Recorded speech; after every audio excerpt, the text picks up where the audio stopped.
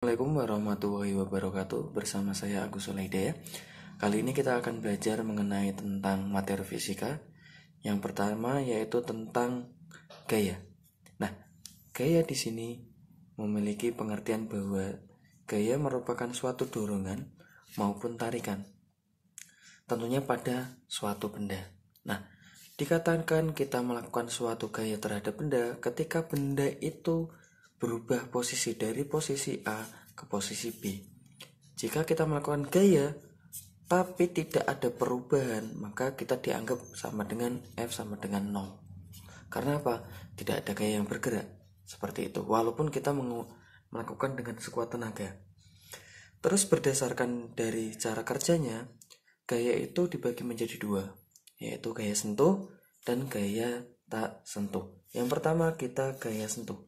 Gaya sentuh biasanya adalah gaya yang kita itu harus disentuh untuk dapat melakukan suatu gaya. Contohnya gaya otot ini. Gaya otot adalah gaya ketika kita sedang melakukan gerak pada otot kita tentunya. Nah, itu disebut dengan gaya otot.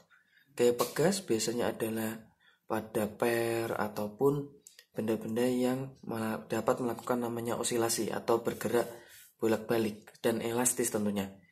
Yang terakhir yaitu contohnya adalah namanya gaya gesek atau gesekan pada suatu benda, itu disebut dengan gaya gesek karena ada satu sentuhan dari dua benda yang bergesek.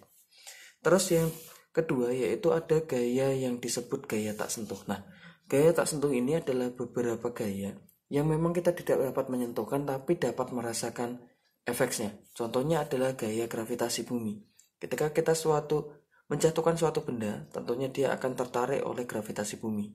Nah, yang kedua yaitu ada gaya magnet, tentunya yang terakhir yaitu gaya listrik.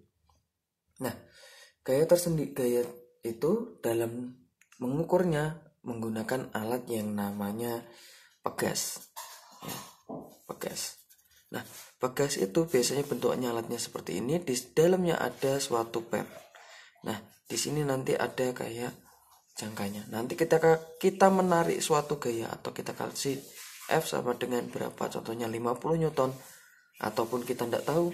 Nanti di sini ada yang disebut dengan garis skala. Nah, nanti dari ketika kita tarik di sini ada skalanya yang menunjukkan, contohnya di sini menunjukkan 50 atau nih 100 kayak gitu. Maaf. 0, 50, 100 seperti itu. Ketika kita tarik, kita akan mengetahui berapa. Satuan SI atau satuan internasional dari gaya adalah Newton atau kilogram per sentimeter, kilogram per meter sekon kuadrat. Ini ya, untuk gaya satuan internasionalnya. Nah, gaya itu sendiri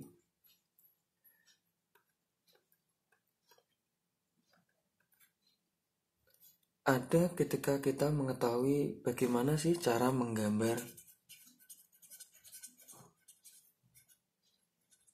yang namanya gaya.